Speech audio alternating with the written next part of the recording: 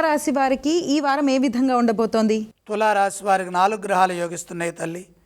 ఏకాదశంలో శుక్రకేతువులు, భాగ్య గురువు, అలాగే షష్ఠంలో శని.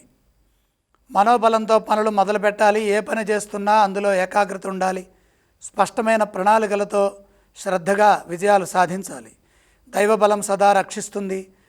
అయితే పనులు అవుతాయి కదా అని అశ్రద్ధ వహిస్తే సమస్య పెరుగుతుంది, విఘ్నాలు ఎదురవుతాయి. ఎట్టి పరిస్థితుల్లో నిరుత్సాహం చెందకుండా ఉత్సాహంగా పనులు చేయాలి. ఉద్యోగ వ్యాపారాల్లో గంభీరంగా ఉండాలి. ఆర్థికపరమైన విజయం లభిస్తుంది. ఏకాదశంలో శుక్రయోగం ధనాదాయ మార్గాలని పెంచుతుంది. నూతన ఆలోచన విధానంతో ప్రయత్నం చేస్తే మంచి జరుగుతుంది.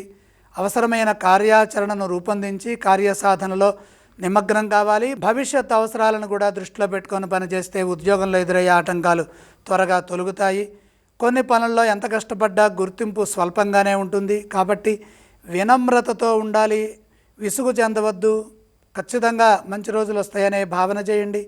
ఇంట్లో వారితో సంప్రదించిన తర్వాతే ఏ పనైనా మొదలుపెట్టండి. కుటుంబ సభ్యుల ద్వారా సరైన సూచనలతో శక్తి లభిస్తుంది. దగ్గర వారితో విభేదాలు వద్దు. వ్యాపారంలో కూడా నష్టాలు గోచరిస్తున్నాయి. నష్టాలు రాకుండా పనిచేయండి. కాలం మిశ్రమంగా ఉన్నప్పుడు బుద్ధి బలం పనిచేయాలి. మీ సహనాన్ని పరీక్షించేవారు ఉంటారు. శాంతంగా ఉండండి.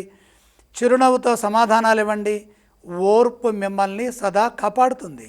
ఏ స్తోత్రాలను పఠిస్తే మంచిది? తులారాశి వారు శ్రీ సుబ్రహ్మణ్యేశ్వర స్వామి వారిని స్మరించడం మంచిది. ఏ ఆలయాలను సందర్శించాలి ఈ రాశివారు? సుబ్రహ్మణ్య దర్శనం మేలు చేస్తుంది. తులారాశి వారు ఏ దానాలు చేస్తే మంచిదంటారు? అవసరమైతే జన్మ కుజయోగం ఉన్నది కాబట్టి కొద్దిగా కందులు దానం చేయండి.